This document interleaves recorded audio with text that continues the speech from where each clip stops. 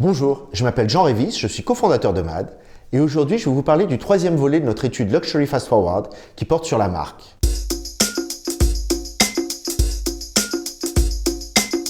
C'est un sujet qui sera illustré par le buzzword de l'année 2023, Brand Elevation. J'imagine que vous avez tous entendu parler de Brand Elevation, ça a sans doute été l'une des expressions les plus employées pendant les présentations des résultats annuels des groupes en 2023. Chez MAD, nous souhaitons distinguer la Brand Elevation de la Brand Desirability. En caricaturant, on peut les distinguer de la manière suivante. D'un côté, la Brand Desirability est l'ensemble des actions entreprises par une maison pour se rendre attractive au plus grand nombre. Elle va nourrir le volume et son principal KPI est le trafic. De l'autre côté, la Brand Elevation est l'ensemble des actions entreprises par une maison pour vendre des produits toujours plus chers. Elle nourrit la valeur et son principal KPI est le panier moyen. Les deux sont évidemment nécessaires pour permettre à une maison de grandir.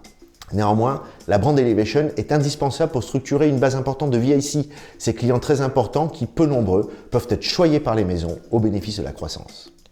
Aujourd'hui, les leaders du luxe ont ainsi réussi à structurer une base de VIC où le top 0,5% des clients peuvent représenter jusqu'à 35% du chiffre d'affaires. La fashion luxury se situe davantage à des niveaux où le top 2% des clients va représenter 15% du business. La différence est énorme et elle implique un surcroît d'effort commercial pour sécuriser la croissance lorsque la base est faible. Alors quels sont les outils de la Brand Elevation? Chez MAD, nous en distinguons 5. Le premier est d'abord la connaissance fine des clients. Nouveaux clients, comment va-t-on identifier les signaux faibles du potentiel qui va permettre de les développer vers plusieurs catégories et de les faire monter en gamme? Les clients existants, comment les segmenter en fonction de leur historique d'achat pour accompagner la fidélisation et la croissance de leur panier moyen. Le deuxième outil est un travail important sur la marque elle-même. Comment sécuriser un ancrage profond dans un univers durablement inspirant.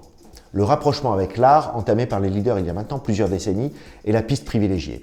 Devenir une plateforme culturelle devient maintenant indispensable. Encore faut-il avoir une vision assez claire de la marque pour définir le territoire et éviter les éventuels écueils. Le troisième est un travail sur le produit. Comment structurer son offre pour garantir qu'un client puisse craquer pour une pièce exceptionnelle?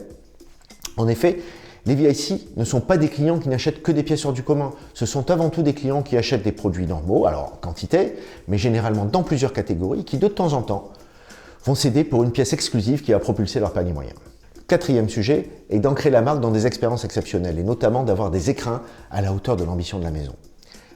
Les flagships immersifs se sont multipliés, bien sûr, qui permettent d'exprimer le rayonnement de la marque tous azimuts. Histoire, savoir-faire, art, mais aussi maintenant gastronomie, galerie d'art, culture. On a vu aussi des suites VIC accessibles uniquement sur rendez-vous. L'expérience est un sujet qui permet aux leaders de creuser encore l'écart avec leurs challengers parce que les niveaux d'exigence qu'elle existe en termes d'investissement sont de plus en plus importants et creusent un fossé qui est maintenant massif. Enfin, le dernier point est d'avoir un traitement client à la pointe. Des équipes triées sur le volet, sur le modèle des grands vendeurs de la haute joaillerie, avec des KPI spécifiques qui prennent en compte par exemple la Customer Lifetime Value pour garantir de privilégier une relation dans la durée à des objectifs à court terme. Mais orchestrer stratégiquement tous ces leviers nécessite évidemment souvent de préciser la vision de sa marque, de casser des plafonds de verre en interne, d'investir pour pouvoir attirer, séduire et développer une clientèle exigeante et convaincue. Alors, si vous voulez en savoir plus, je vous invite à découvrir notre étude sur www.mad.fr.